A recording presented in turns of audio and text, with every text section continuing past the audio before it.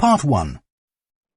You will hear a woman called Tanya talking to her friend called Simon, who lives abroad. Tanya is planning to visit Simon. First, you have some time to look at questions 1 to 4.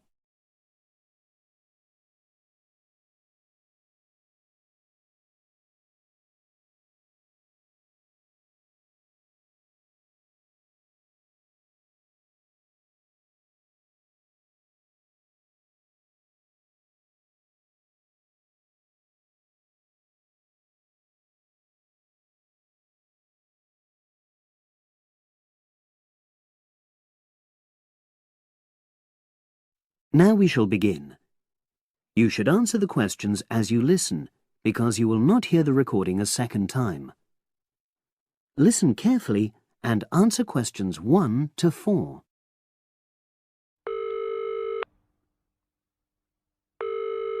Hello? Hi, is that Tanya? Yes, Simon. Lovely to hear you. How are you? Very well, and we're so looking forward to seeing you. So am I. Now, I don't have a lot of time, I'm afraid, so I wanted to make sure we've got all your details. Have you confirmed your flights? Yes, I'm definitely coming on the 22nd of June. Excellent. Have you got your flight number? Not with me, I'm afraid, but I promise I'll email it. Let me make a note of all this. Yes, do, because one of us will try to come and collect you from the airport if we can. I presume you'll be coming into Terminal 1? I don't know. I'll have to find out which one it is. Yes, you must. We don't want to be waiting at the wrong one.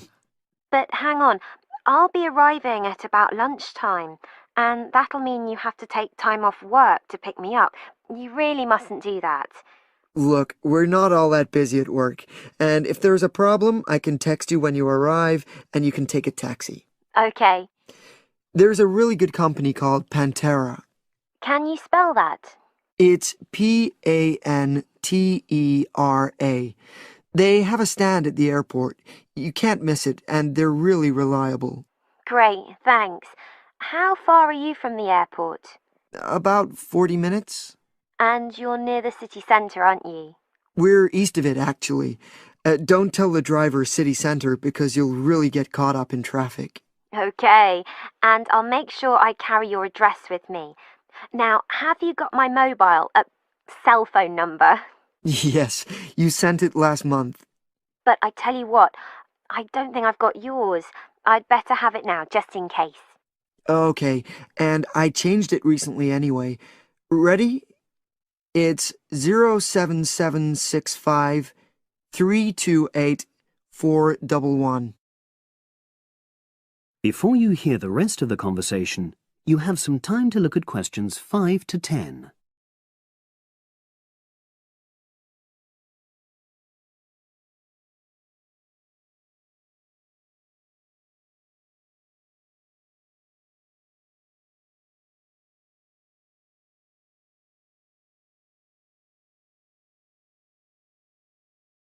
Now listen and answer questions 5 to 10. Thanks. Now, what should I pack? Well, all the usual, casual clothes mainly. Though you'd better bring an evening dress. We'll be having at least one fancy dinner in a hotel restaurant. Okay, now, when you're coming, unfortunately the weather is not going to be brilliant. I know, it's the rainy season. I'm bringing an umbrella.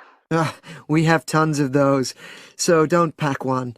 But pack a raincoat, a good one, 'cause we'll try and get out for plenty of hikes. Okay, sure. Sounds super. Just what I love. And I'd better remember to pack my sturdy walking shoes. Excellent idea.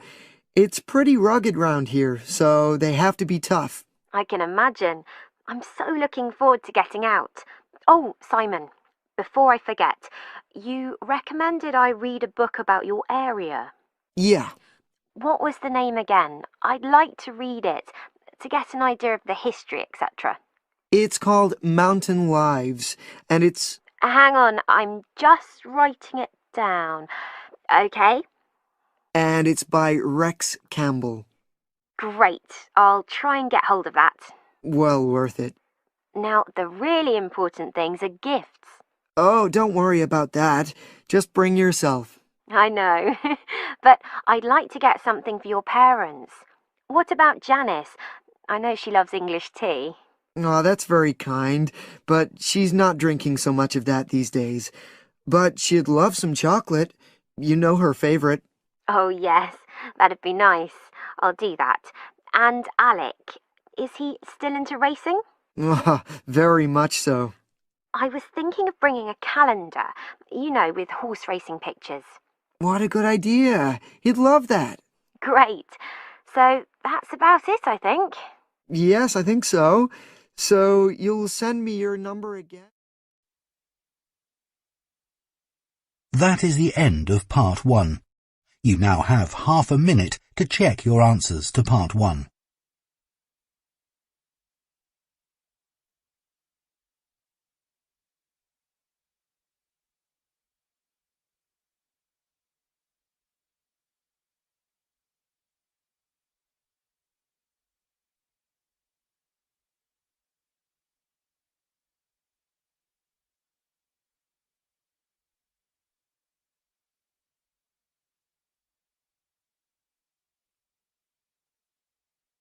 Part 2.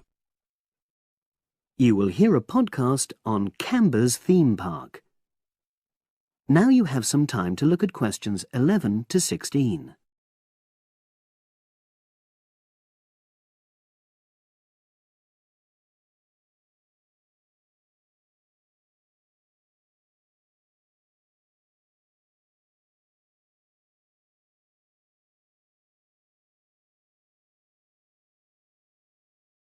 Now listen and answer questions 11 to 16. Welcome to Canberra's Park podcast. In the next few minutes, I'll tell you a little about the park and the amazing things we have to offer. We like to think that Canberra's offers more than other theme parks. Like them, we have a variety of exciting rides for people of all ages, but Canberra's also places strong emphasis on the educational experience for its visitors. Not boring facts, but lots of interactive exhibits. Although it's mainly an outdoor experience, we do have some indoor activities if the weather gets too dreadful. The park's got a lovely, well-established feel, set in 80 acres of beautiful countryside, about 3 miles south of the tourist resort of Dulchester. The park was set up in 1997 by the Canberra family, but then taken over by new owners in 2004, who have maintained the original vision of the Canberras. It has lots of old trees, hundreds of flower beds, and a gorgeous lake. Canberra's has over 45 different rides, exhibits, and arcades. All but one of these is free once you've paid your entrance fee. We charge a small fee for our newest ride to reduce the length of the queues. You don't pay anything for parking. A family ticket for a family of 4 works out at about £8 per person, which is amazing value. Full details of current prices are shown on our website, along with full details of rides, etc., and directions for getting to us.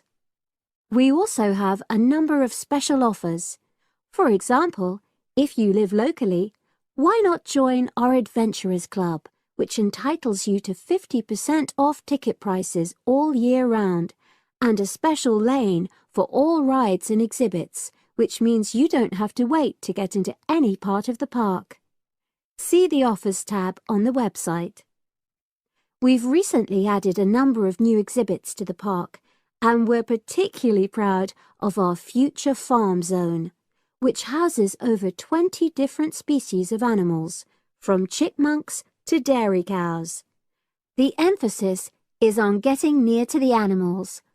All of them can be petted, and you can buy food for feeding the animals. Many of our younger visitors say that this is the high point of their visit. And speaking of food, Don't let the animals have all the fun. We have a total of 7 different catering outlets on the site. We're open 10 to 5:30 all year round, and cold drinks and snacks can be bought at any time during opening hours. And hot food is available most of the day in the Hungry Horse Cafe from 11 until 5, just half an hour before closing time. Now you have some time to look at questions 17 to 20.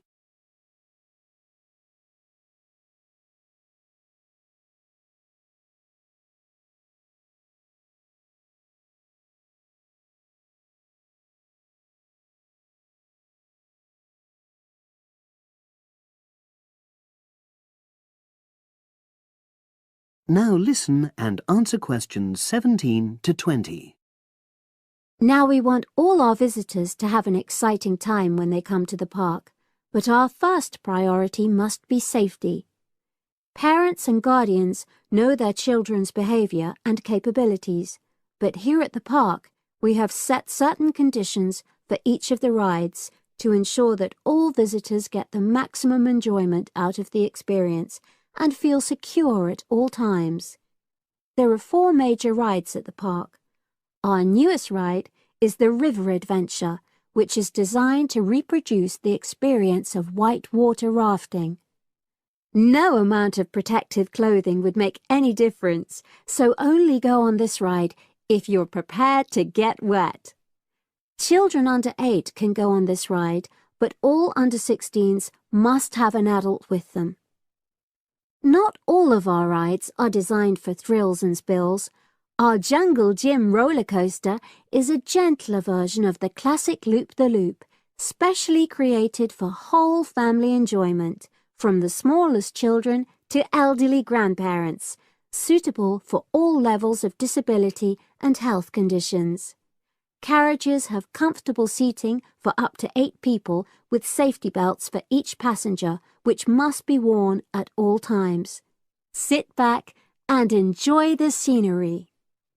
One of the best established and most popular of Canberra's rides is the massive swoop slide.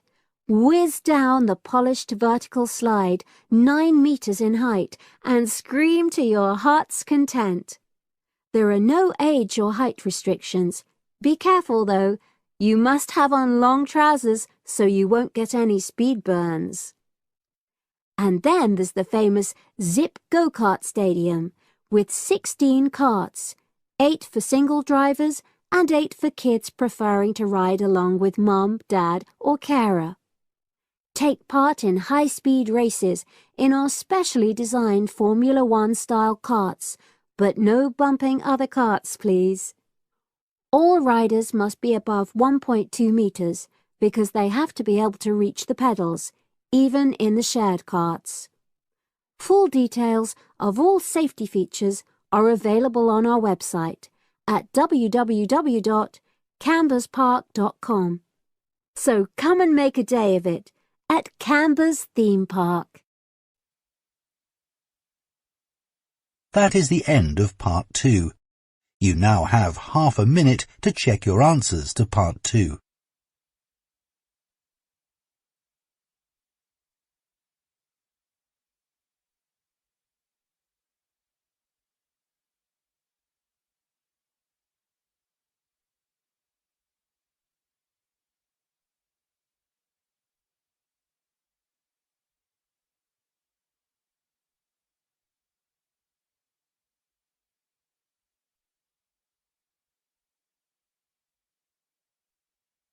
Part 3. You will hear 2 business studies students discussing a presentation they'll do on an article on working effectively in groups.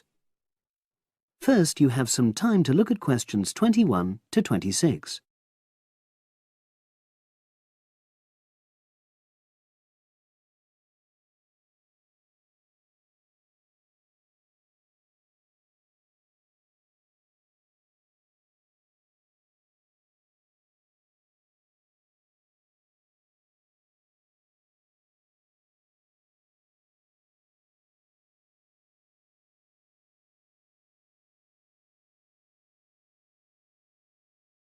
Now listen and answer questions 21 to 26.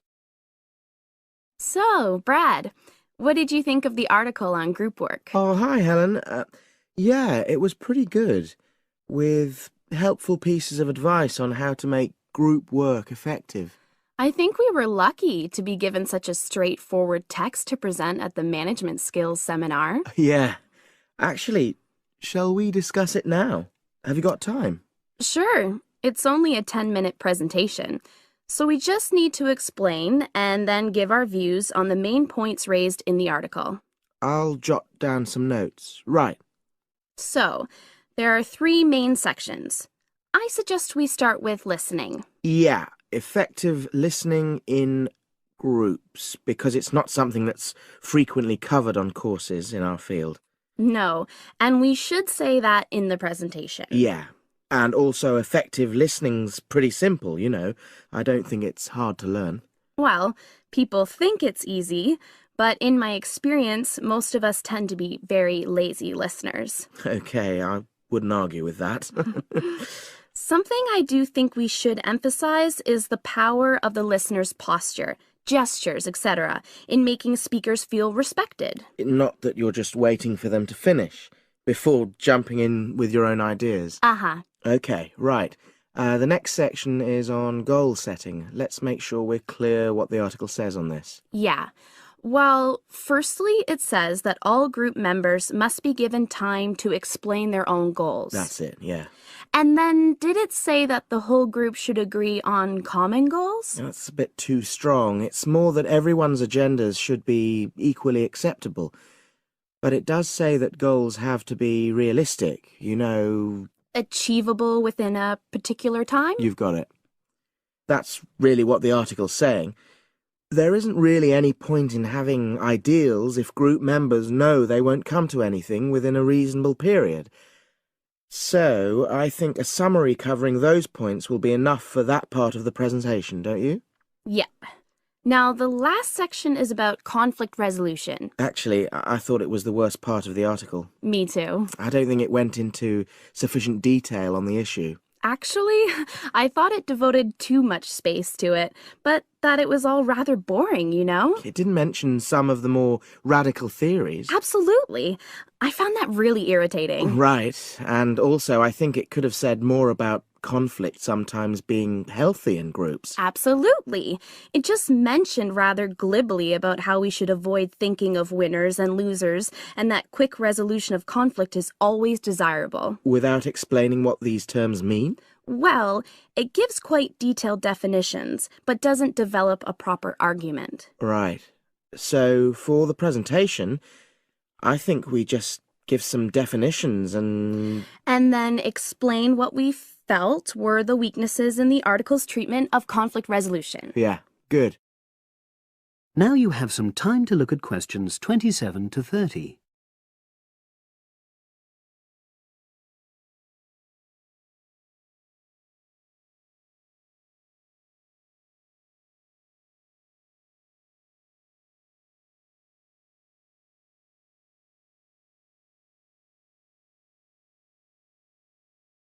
Now listen and answer questions 27 to 30.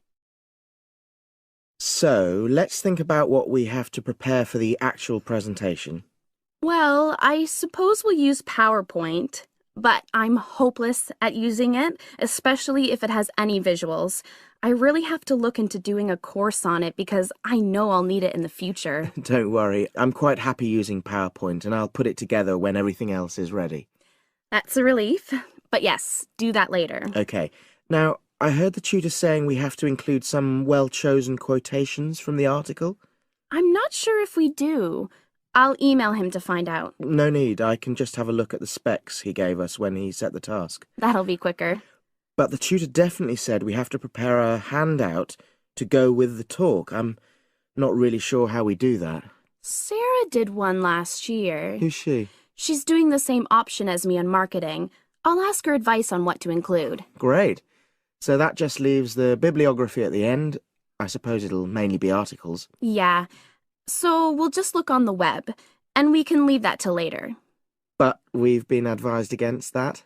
Well, we could have a look through some journals in the library. I think we should start by looking through module handbooks. I think that'll give us some good leads. Yeah, you're probably right. So, that's all the topics.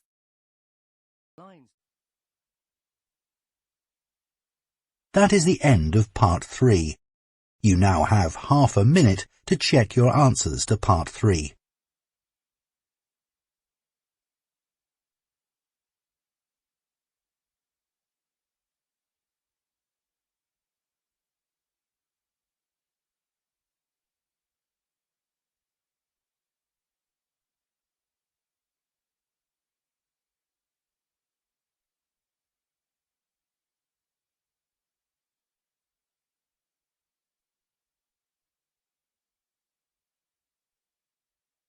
Part 4. You will hear a lecturer talking to a group of engineering students about the design of a greenhouse. Before you listen, you have some time to look at questions 31 to 40.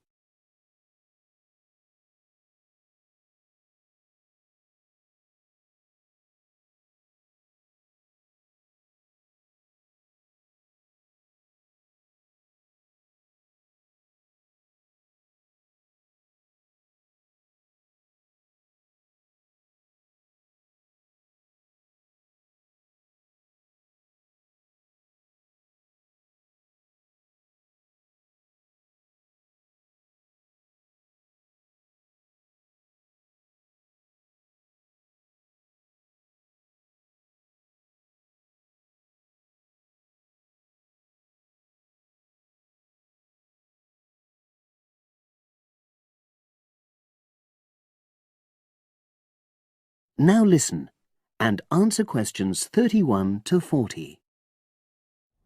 Good afternoon. This is the first of a series of lectures I'll be giving about engineering for sustainable development. I'll be presenting examples of engineering projects from a variety of contexts, and today I'm going to talk about a project to design a new kind of greenhouse for use in the Himalayan mountain regions. First of all, I'll tell you about the problem which was the context for this project. In the Himalayan mountains, fresh vegetables and other crops can only be grown outside for about 90 days during the summer, because the altitude of the region is around 3,500 meters, and because the rainfall is so low. In winter, temperatures fall below minus 25 degrees centigrade, so fresh vegetables have to be imported. They arrive by truck in summer or by air in winter, which makes them expensive. Local people rely on dried leafy vegetables and stored root crops during the winter, and rarely eat fresh vegetables. But despite the sub-zero temperatures, the skies over the region are cloudless, and there are over 300 sunny days per year. So, an engineering solution was needed to exploit the sun's energy and protect locally produced plants from freezing during winter. And in fact, there had been programs in the past to provide greenhouses, but these were unsuccessful. The greenhouses weren't adapted for local conditions, so they tended to fall into disuse. So, a few years ago, a project was initiated to design a better greenhouse, one which would meet the criteria for sustainability.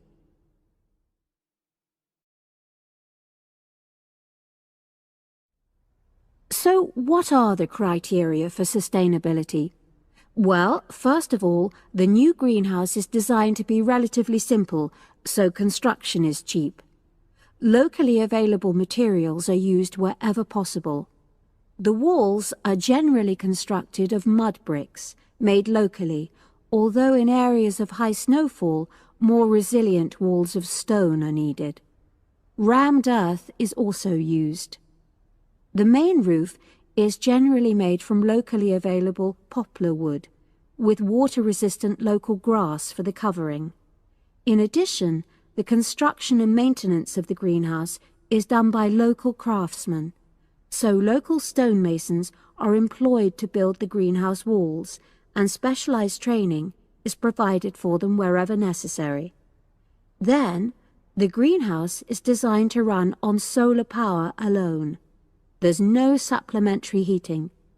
And lastly, families are selected to own one of the new greenhouses with great care. They have to have a site which is suitable for constructing it on. They also have to be keen to make a success of using it, and also to share the produce with the wider community through sale or barter. Potential owners are taken to see existing greenhouses before they make a final decision about having one. So, those are the features which make the project sustainable. And now, I'll briefly describe the design of the greenhouse.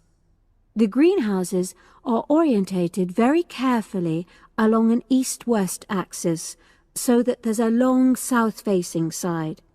The transparent cover on the south-facing side is made from a heavy-duty polythene, which should last for at least 5 years. On the inside of the greenhouse, the walls are painted. The rear and west-facing walls are black to improve heat absorption, but the east-facing wall is white to reflect the morning sunlight onto the crops inside. Finally, there's a door in the wall at one end, and vents are incorporated into the roof, the door, and the wall at the other end to enable control of humidity and prevent overheating. I'll turn now to the benefits which have resulted from the introduction of these new greenhouses. These benefits are of various kinds, but for now, I'll just mention the social benefits. First of all, people who own a greenhouse gain social standing in their communities because they provide vegetables for the wider community, for regular consumption as well as for festivals, and they also earn income. Secondly, because in rural areas it is women who usually grow the food, the greenhouses have increased their opportunities. They bring the benefits of improved nutrition and increased family income from the sale of surplus produce. And thirdly, as a result of their improved financial position, some families can now afford to educate their children for the first time. That is the end of part 4. You now have half a minute to check your answers.